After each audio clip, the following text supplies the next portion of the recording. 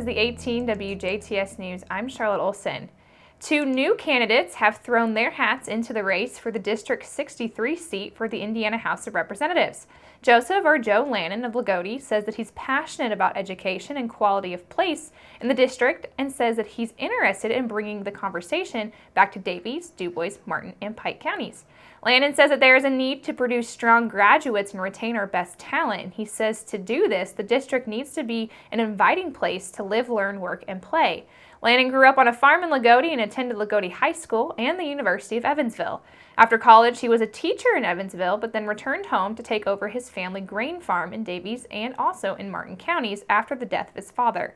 In addition to farming, Lannon and his partner established a consulting firm, eSolve Solutions LLC, working with regional schools seeking grant funding and also providing training.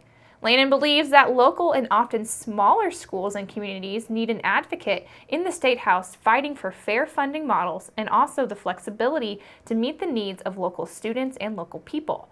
He says a one-size-fits-all approach is not working for our smaller schools and our smaller towns. Although pro-life and supportive of the Second Amendment, Lannon says that he intends to leave national party conversations in Washington, D.C., and to focus his work on issues that he can impact closer to home. He stated that reproductive health care and gun safety are educational aspects of the national issues that our local representatives can actually do something about. His slogan, seeking to represent the District of 63, states a common voice for common ground. Meanwhile, Jasper resident Dennis Tidrow says that he too is running for the local seat in the Indiana House. He was born in Jasper and is a graduate of Bar Reeve Senior High School. He studied political science, international science, and Spanish at the University of Evansville. Currently, Dennis is employed at Master Brand Cabinet Company Plant 22 in Ferdinand. He says local government provides us with the most powerful of offices in our free world and says that with local action and leadership that we truly see our families and our neighbors prosper. He says that while more and more is being poured into national campaigns every election cycle, we are seeing less and less getting done locally. He says that infrastructure is in decay and funding for education is in dire need of assistance. He added that roads and school systems voucher programs are a mess, and that what's more alarming, however, is that Hoosier lives are being put at risk at the opioid epidemic, and as it continues to sweep across the nation, Hoosiers are being exposed. He says he believes that the time has come for the passing of realistic cannabis legislation, and he notes that the 29 states that allow medical marijuana have seen a 25 to 50% reduction in opioid overdose deaths. He says that he's running for the purpose of providing a voice of change, but one of reason. And he says that political leaders are failing us, and the time has come for real, honest, good change.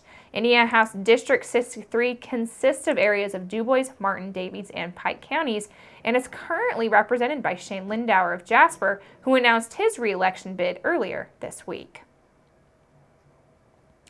Tuesday afternoon, the Bolt for the Heart Foundation continued to deliver on the promise to equip Indiana State Police patrol vehicles with life-saving automatic external defibrillators with the gift of 90 additional AEDs. The donation brought the total number of AEDs donated to the state police to 305 since the first donation was made in 2014. The donation of the AEDs to the state police was born from the result of an experience that Pierre Tuer had while running in the 2010 Boston Marathon, in which he witnessed another marathon runner suffer cardiac arrest. That runner was saved by an AED, and this inspired Pierre to collaborate with HeartReach Carmel and establish the Bolt for the Heart 5K Family Thanksgiving Run.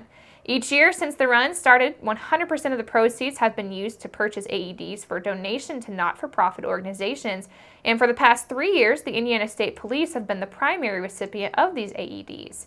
At Tuesday's event held at the Indiana State Fairgrounds Farm Bureau building, Indiana State Police Superintendent Doug Carter thanked Pierre, who is the president and founder of the foundation, and thanked him for his consistent support and dedication to put life-saving AED devices in state police cars. Pierre was also presented with a proclamation from Governor Eric Holcomb, which proclaimed that February the 13th, 2018 as Bolt for the Heart Day. State troopers who use an AED sport a window sticker on their patrol car to easily identify police vehicles who have been equipped with an AED. Healthcare navigation assists uninsured persons with obtaining affordable healthcare insurance.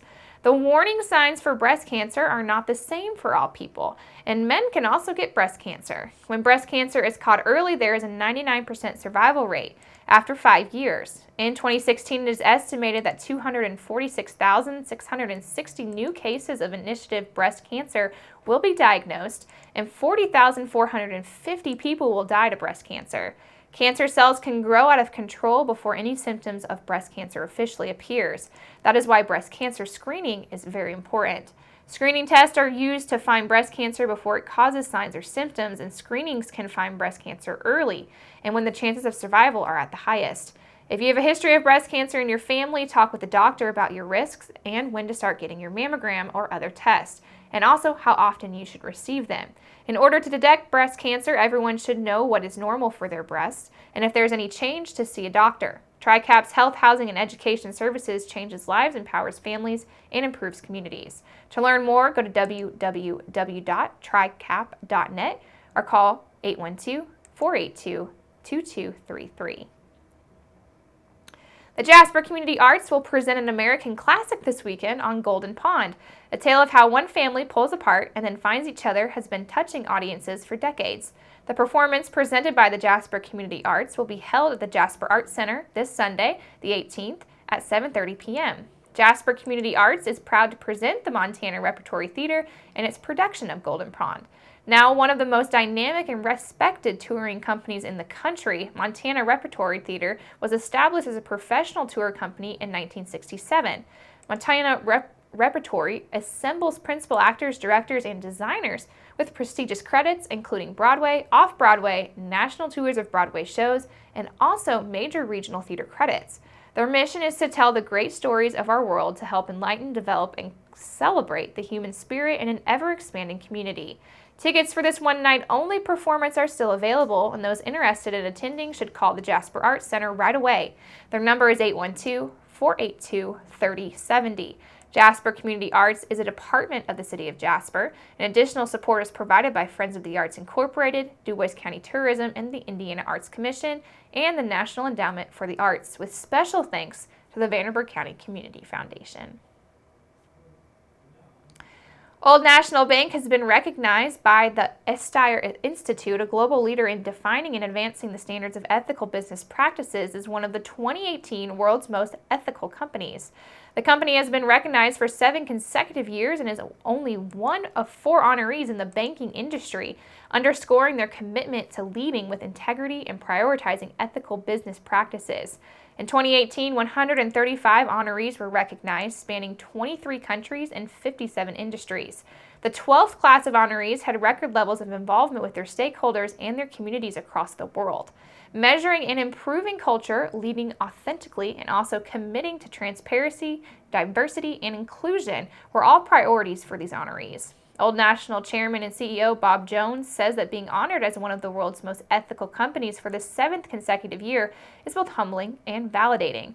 Jones says it is a distinction that Old National works diligently to earn and maintain, and says they are very proud to celebrate it again in 2018. Locally, Old National has banking locations in Jasper, Huntingburg, Ferdinand, Lagodi, Shoals, Washington, and also Rockport and Tell City. And make sure you keep it right here, because up next we're going to take a look at your weather summary.